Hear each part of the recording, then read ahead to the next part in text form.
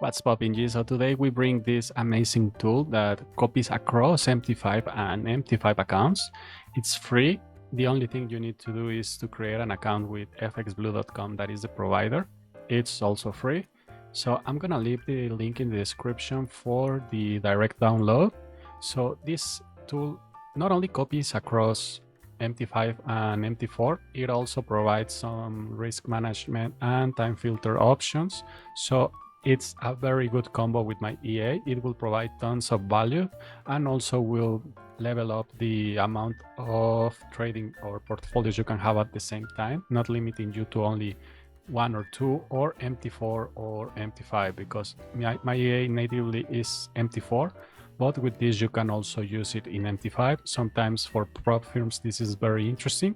So once you click the download, you will have this, this program.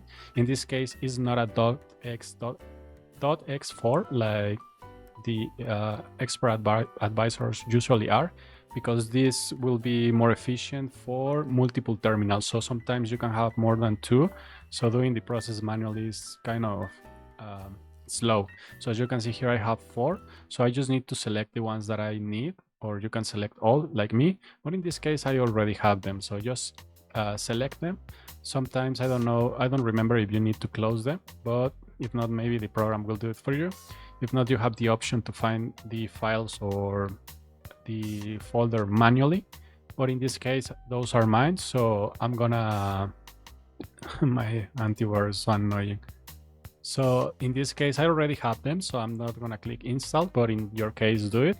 And after that you will have the both FXBlue sender and the receiver in both terminals, or in all the terminals that you're trying to use it. So in this case, for example, I want to send these trades that my EA is opening to this other terminal that has nothing. As you can see, I have already been testing this tool. So the part is very simple. It has a lot of inputs, but I really care about only a few things. So from the sender, that is consider the master account, you can send to multiple MT4 and MT5 terminals, but the important thing is the channel, right? So the channel is the name or the ID that every receiver, in this case the receiver is the account that I'm gonna send them, is the ones that I need them to have the same, right? So for example, in this case I'm gonna change it, but in the case that you have multiple strategies or EAs running or terminals and you don't want them to have the same strategy running or the same copy, you just can do something basic like this, right? But the important thing, for example, here is I'm gonna change it to my name. And from all the other stuff, I really don't manipulate much, but I manipulate more in the receiver, okay? So from here, I just leave it like that. And as you can see, it's already loading. I have the channel W, okay? So it's not detecting anything because I don't have a receiver. But as you can see, it has also the heartbeat already working. So let me check the receiver. So very basic. Again, you just drop it in the chart. Just make sure it's not the same chart that you are running the EA or the system that you're gonna replicate. In this case, as you can see, by default, we have the channel trade copy. So if I click OK and I close the trades, it's not gonna copy them, okay? Because the channel is not the same. So let's try again with W.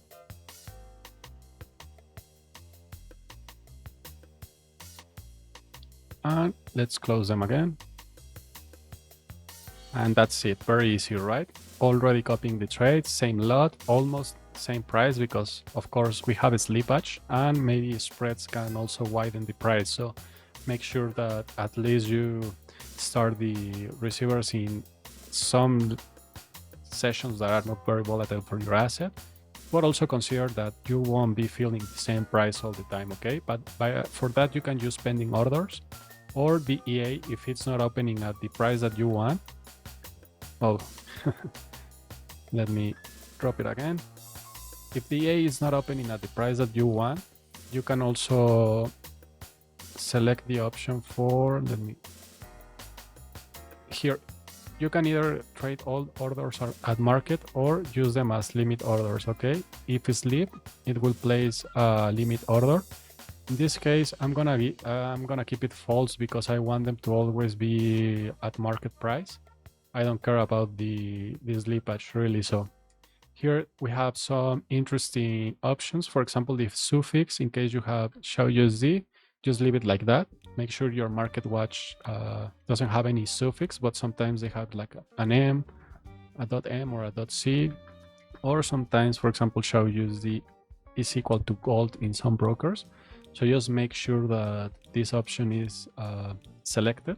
Also, if you don't want to have both orders as a hedge or something, you can select only the side that you want. This time filter is also a very good combo with my EA, especially with the trading mode, because you will be able to select the times that you want. You can prevent them to trade Fridays. But as you can see by default, this is the time for it to trade all the time, okay? Also, you can ignore trades by the smaller than that lot or larger than that lot, okay? And also the minimum lot size to send or the max. And you can select spread, so it doesn't also open trades if you think the spread is very, very, very big. Here, check for existing positions. For example, let's do something. Let's close them. And as you can see, I'm not opening because I already opened some trades and closed them. But as you can see also in the beginning when I drop it, it was not opening trades until I closed them. So, where was that option? Check for existing position, ignore for same symbol, or ignore for same symbol and direction. So pretty much if you want them to be open, just select the option you want. I really don't mind the first two orders with my EA, so I just keep it like that. Also, another thing that I tend to, let me check. Order management, no. Here, invert trades is also another option. For example, let me close this buy. Let's wait for EA to open it. And it opened a sell. Okay, now let's close the sell. And it opened a buy. Okay, so pretty much it's a reverse option in case some clients with my EA manage to reverse it, because I'm naturally a counter trend trader. So most of the time I'll be holding drawdown. So sometimes you can benefit from that, but you need also experience and skill. So I myself don't do it. I like to counter trend. That's my style. But if you are up to, this is an option, so you can manipulate the trend pretty much. Okay. So also you can use the original comments. As you can see, this one is copying me as random numbers. Okay, so you can put any number you want or keep the one that the A has. Okay, here, let's close that. There, as you can see, I changed the factor to 2. Here, we keep this and 0 is not doing anything.